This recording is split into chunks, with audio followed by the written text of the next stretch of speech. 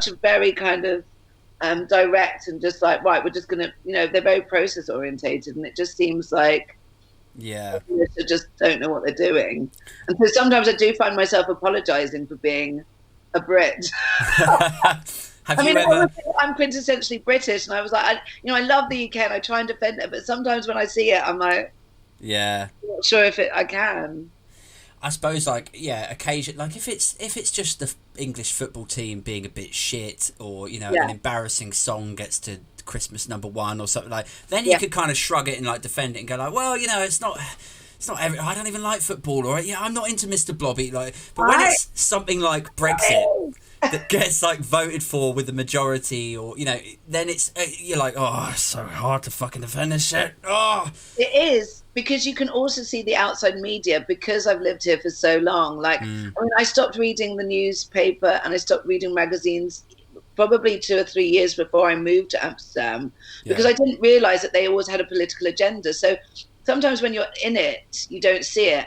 And I research a lot. I'm not ignorant. I sort of look at different news sources, and I educate myself, but and ask friends and friends' opinions. But I think a lot of people in the UK, they just see the Sun, they just see the Daily Mail, they just see these headlines, and they kind of don't realize that they're just being fed absolute shit. So it's hard to blame people that don't know, but at the same time you're like, well, why don't you just look at other different bits of information and make up your own mind? The trouble is that many people, I would almost argue that the majority of people are a blend of I don't care really, and I don't have time to go and look at that, and then the other people are like, well, I trust that at some point things will balance themselves out. So I look back at the last election here, where I didn't vote Conservative, but I also wasn't particularly enamoured with Jeremy Corbyn. But I just thought, well,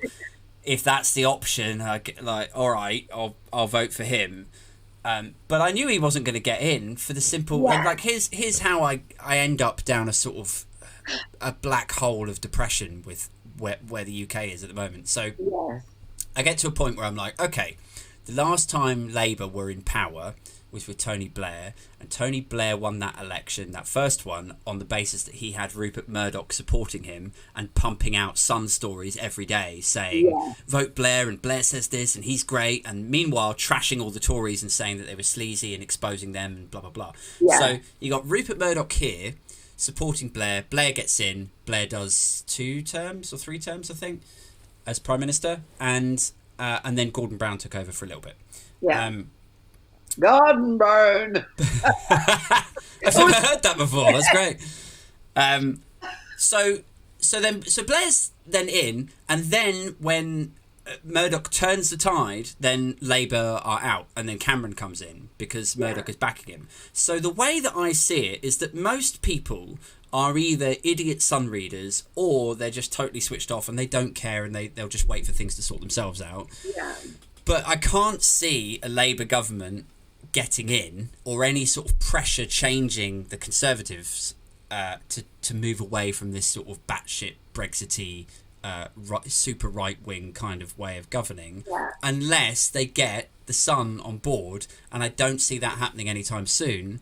And unfortunately, here's the real problem, is that in other countries, probably Netherlands, probably like the US and Australia, they have newspapers, and in the morning on the news shows like Breakfast TV, it's just a little thing. They just go the New York Times released an expose today and they're covering Tiger Woods and he did this, blah, blah, blah, blah. But it's not they don't set the agenda in the same way that they do here.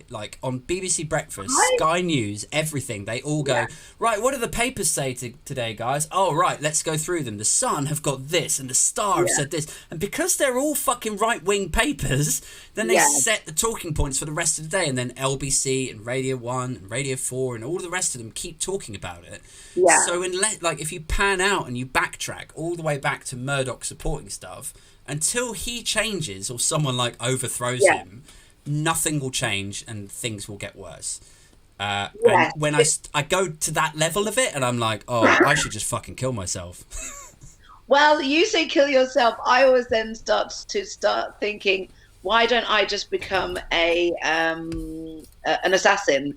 I'm like, if you just assassinated just a few of those top people, then it would be amazing. So yeah, you know, you'd have to leave your flat though for that, right?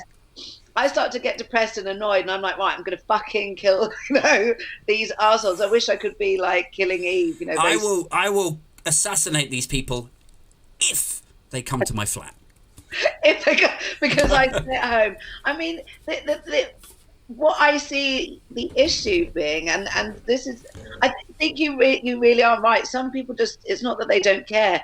It's just maybe they are literally working so hard to put money and food on the table. Yeah. That they don't have time to kind of go off. And again, that stems from education and things like that. So, the class system in the UK, you can see it, if you're poor, or if you're not, you're not. And I think in the US as well, you have Fox News sort of doing the same thing with, their right-wing media and Trump. And so when Brexit happened, I was really shocked because I was living in my little left-wing bubble, or my socialist bubble, let's say, in London with all my friends who kind of think the same. And I just kind of thought we'd moved on from there. Yeah. And so I was really shocked when Brexit happened. And then, the subsequent kind of sort of villainization of immigrants and, not showing Black or Indian nurses on the NHS when they were saying, let's clap for the NHS. And they were just kind of whitewashing the media. And then I always wish that I'd made a bet that Trump would win, because after Brexit, I was like, if that can happen, then this can definitely happen. And everyone was like, no. And I wish I'd just put that $1 million bet on, because I would have been fucking rich, and then I could have trained as an assassin. Yeah. But I mean... like combining two fantasies into one there. Exactly.